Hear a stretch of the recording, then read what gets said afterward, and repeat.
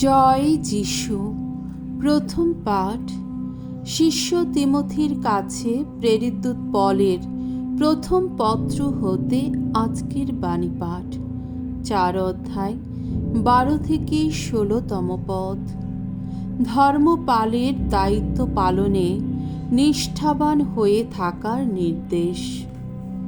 আমার প্রিয় সন্তান তিমথি, দেখো, তোমার বয়স কম বলে কেউ যেন তোমাকে উপেক্ষা না করে, তবে তুমিও যেন তোমার কথাবার্তায়, আচার ব্যবহারে, প্রীতি ভালোবাসায়, ধর্ম বিশ্বাসে, শুচিতায় সকল খ্রিস্ট বিশ্বাসীর সামনে একটি দৃষ্টান্ত হয়ে ওঠো। আমি তোমার ওখানে না আসা পর্যন্ত তুমি শাস্ত্র পাঠ, উপদেশ দান ও ধর্ম শিক্ষার কাজে নিজেকে ব্যাপৃত রাখো।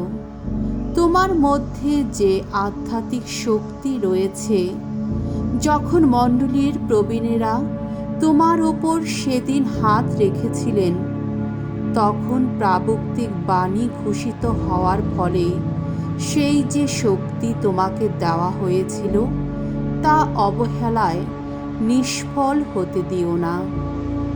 তোমার ওই সমস্ত কর্তব্য সযত্নে পালন করো তুমি, তাতেই মগ্ন থাকো তুমি। তাহলে সকলে বুঝতে পারবে তুমি কেমন উন্নতির পথেই এগিয়ে চলেছ। নিজে কি করছো এবং কি ধর্ম শিক্ষা দিচ্ছ, সে বিষয়ে সর্বদাই সতর্ক থেকো।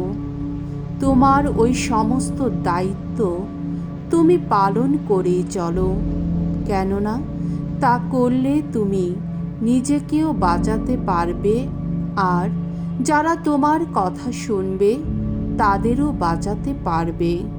প্রভুর বাণী। ঈশ্বরকে ধন্যবাদ। সাম সঙ্গীত 111 অধ্যায় 7 থেকে 10 পদ।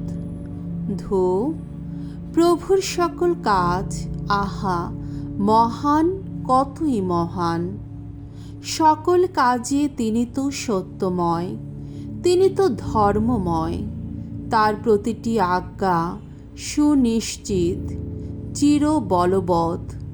সেসব আজ্ঞা সত্য ও ন্যায়েরই নীতিতে চিহ্নিত। আপন জাতির কাছে তিনি প্রেরণ করেছেন মুক্তিবর।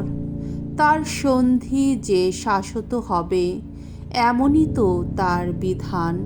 তার নাম, আহা কত পবিত্র, কত সম্ভ্রম জাগায়।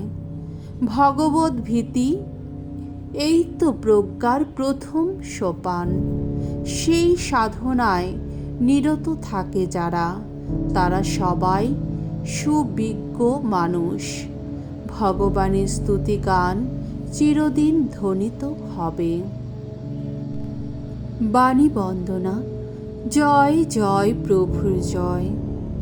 এক মহাপ্রবক্তা দেখা দিয়েছেন আমাদের মাঝখানে।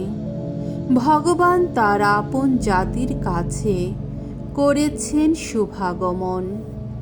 জয় জয় প্রভুর জয়। মঙ্গল সমাচার। লূক রচিত মঙ্গল সমাচার 7 অধ্যায় 11 থেকে 17তম পদ। যিশু নাইন নগরে একটি বিধবার মৃত পুত্রকে বাঁচিয়ে তুললেন। একদিন যিশু নাইন নামে এক নগরে গেলেন। তার সঙ্গে গেলেন তার শিষ্যেরা এবং সেই সঙ্গে আরও বহু লোক। তিনি নগর দ্বারের কাছে এসেছেন। এমন সময় দেখা গেল এক শবযাত্রা নগরের বাইরে আসছে। যে মারা গেছে সে তার মায়ের একমাত্র ছেলে, আর তার মা বিধবা। এই বিধবাটির সঙ্গে সঙ্গে আসছে নগরের বহু লোক। তাকে দেখে প্রভুর অন্তর করুণায় ভরে উঠল। তাকে তিনি বললেন, কেঁদো না তুমি। তারপর এগিয়ে গিয়ে তিনি খাটুলিটার ওপর একবার হাত রাখলেন। বাহকেরা তখন দাঁড়িয়ে পড়ল। যিশু এবার বললেন, যুবক, আমি তোমাকে বলছি, ওঠো। সঙ্গে সঙ্গে মৃত লোকটি উঠে বসল আর কথা বলতে লাগল। তখন যিশু তাকে তার মায়ের হাতে তুলে দিলেন। সবাই কেমন যেন ভয় পেয়ে গেল। ঈশ্বরের বন্দনা করে তারা তখন বলতে লাগল, আমাদের মধ্যে একজন মহাপ্রবক্তার আবির্ভূত হয়েছেন। তারা বলতে লাগল, ঈশ্বর তার আপন জাতিকে আজ দেখা দিয়ে গেলেন। যিশুর সম্বন্ধে এই খবর তখন সমগ্র জুদেয়ায় ও চারপাশের অঞ্চলেও ছড়িয়ে পড়ল। প্রভুর মঙ্গলময় বাণী। খ্রিস্ট প্রভু তোমার প্রশংসা হোক।